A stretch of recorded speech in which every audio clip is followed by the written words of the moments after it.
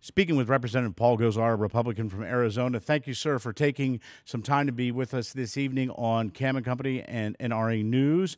And a letter about top ATF officials in Operation Fast and Furious, something about extended paid leave. Congressman, tell us a little more about this letter. What do you know about it?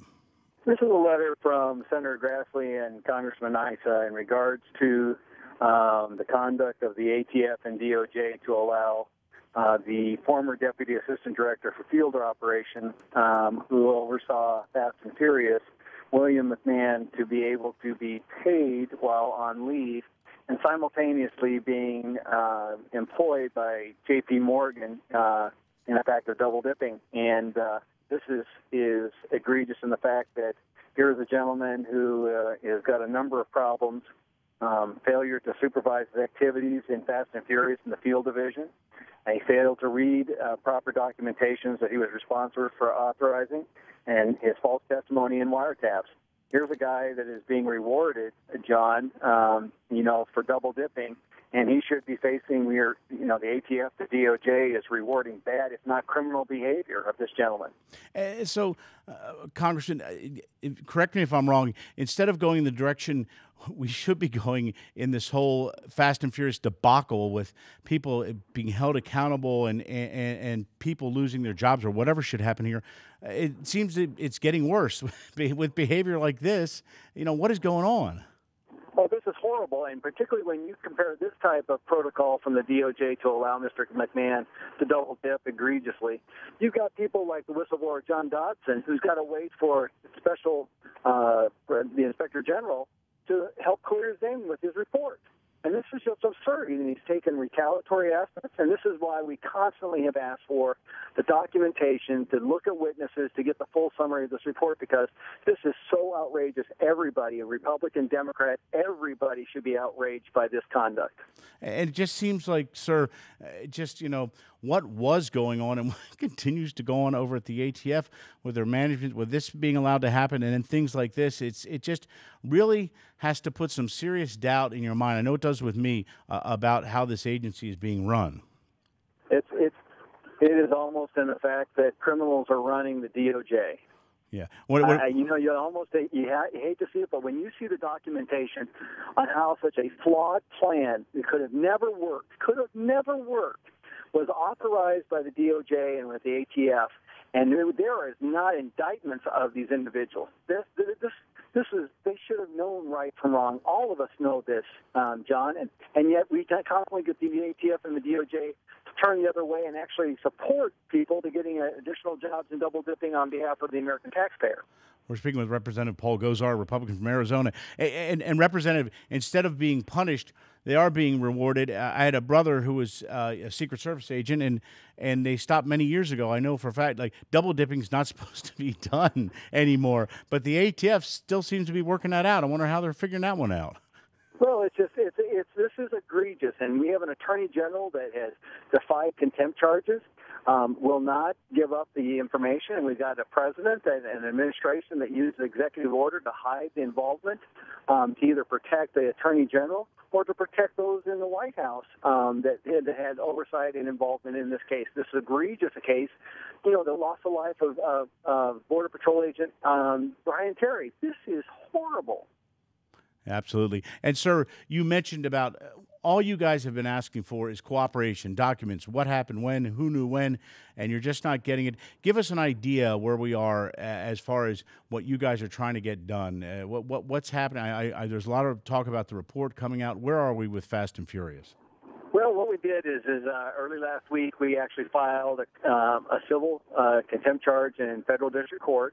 This is the same type of instance that President Nixon tried to avoid and tried to bypass. The same thing with President Bush, and both were forced to comply. And it's the same thing that will happen here, is that we will get this information. We want transparency, and that is what Congress's role is to have an advisory oversight role in regards to the judiciary branch.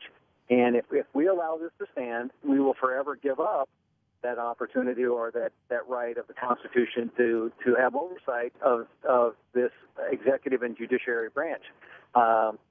The second part is that we have a three-part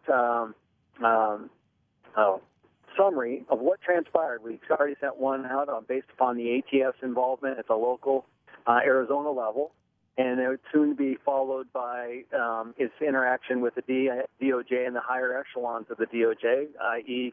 Lanny Brewer, Jason Weinstein, Kenneth Blanco, and such. And then the third one is the reach beyond.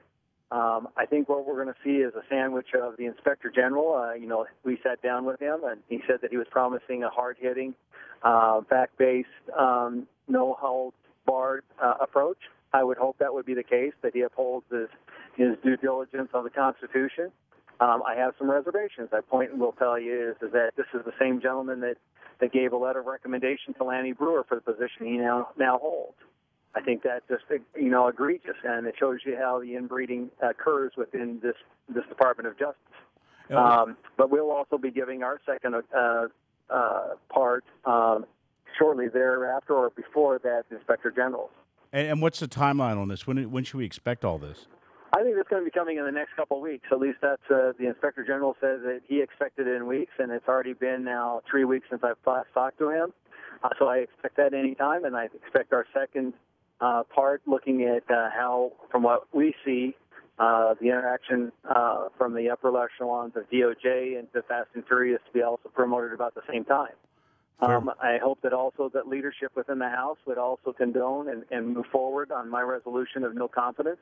We have 114 members of Congress that have joined my voice in asking that we have lost the respect and the confidence of the Attorney General of the United States to do any part of his job, and would like to have him resign.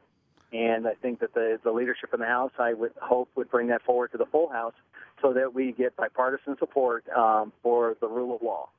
Absolutely, sir. Well, I appreciate the work you and your colleagues have been doing on this. We were just talking about this last week, about how our government's set up with checks and balances, and that's all you guys are trying to do, is do what you're constitutionally mandated to do. And the Justice Department and the administration just seems to stand in your way every step of the way. Absolutely. There was no way for this to ever work. And what we want is transparency. We want to let the chips fall where they may. And we want to make sure that those that were responsible for allowing this face the same type of justice like everybody else with and a jury of their peers. And then also to put a checks and balances in so this never happens again, John.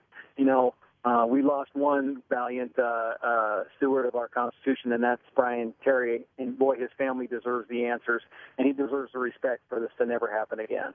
Amen to that, sir. Representative Paul Gosar, thank you, sir, for your wonderful work you've done in this and in many other issues up on Capitol Hill for us, being there for not only for your constituents out in Arizona, sir, but for we, the American people. We appreciate it. Thank you, sir. John, and I appreciate you guys keeping this in the forefront because we need folks like you in the media that are telling their truthful story to the American public.